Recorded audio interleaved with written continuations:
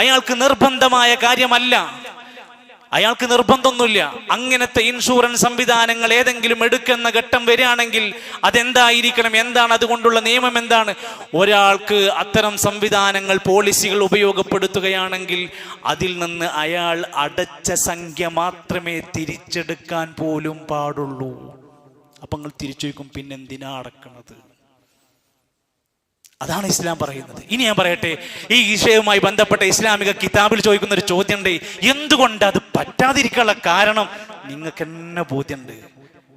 ഒരു കുടുംബത്തിന്റെ ആരോഗ്യ ഇൻഷുറൻസ് നമ്മൾ എടുക്കുമ്പോൾ ഉണ്ടാകുന്ന വിഷയം എന്താ? ഒരു കുടുംബത്തിന് വേണ്ടിയിട്ട് നമ്മൾ 10,000 വെച്ച് മാസം അടക്കുന്നു, 10 മാസം അടക്കുന്നു എങ്കിൽ 1,00,000 രൂപയായി. 1,00,000 രൂപയടച്ച് 10 കൊല്ലത്തിനുള്ളിൽ നിങ്ങളുടെ കുടുംബത്തിൽ ഒരാൾക്ക് മരണമോ ആക്സിഡന്റോ സംഭവിച്ചാൽ 10,00,000 രൂപ തരാം.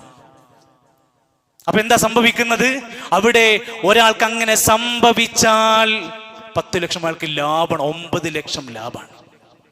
സംഭവിച്ചില്ലെങ്കിൽ കമ്പനിക്ക് 1,00,000 രൂപ ലാഭമാണ്. അങ്ങനെ ഒരു 10 ആളേക്കെന്ന് കിട്ടിയാൽ അവർക്കും അത്യാവശ്യമായി.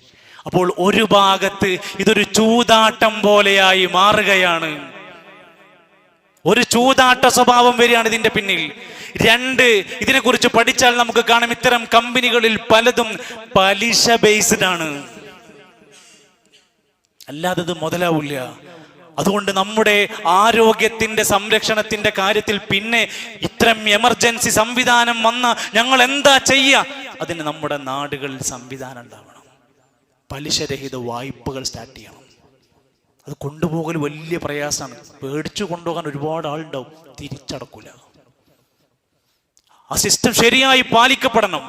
ഒരു പലിശരഹിത വായ്പ സംവിധാനം കാണണം. മറ്റൊന്ന്, തകാഫുൽ സംവിധാനങ്ങൾ നമ്മുടെ നാട്ടിൽ മഹല്ലുകളിൽ ഉണ്ടാവണം. ഇത്തരത്തിലുള്ള എമർജൻസി സംവിധാനങ്ങൾ വന്നാൽ ഒരു 100 പേര് കൂടുന്നു, ഓരോരുത്തരും മാസം ഓരോ വിഹിതം 1000 രൂപ വെച്ച് അടക്കുന്നു.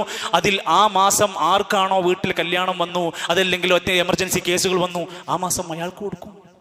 എക്സ്ട്രാ പൈസ ഒന്നുമില്ല, അടച്ച പൈസ.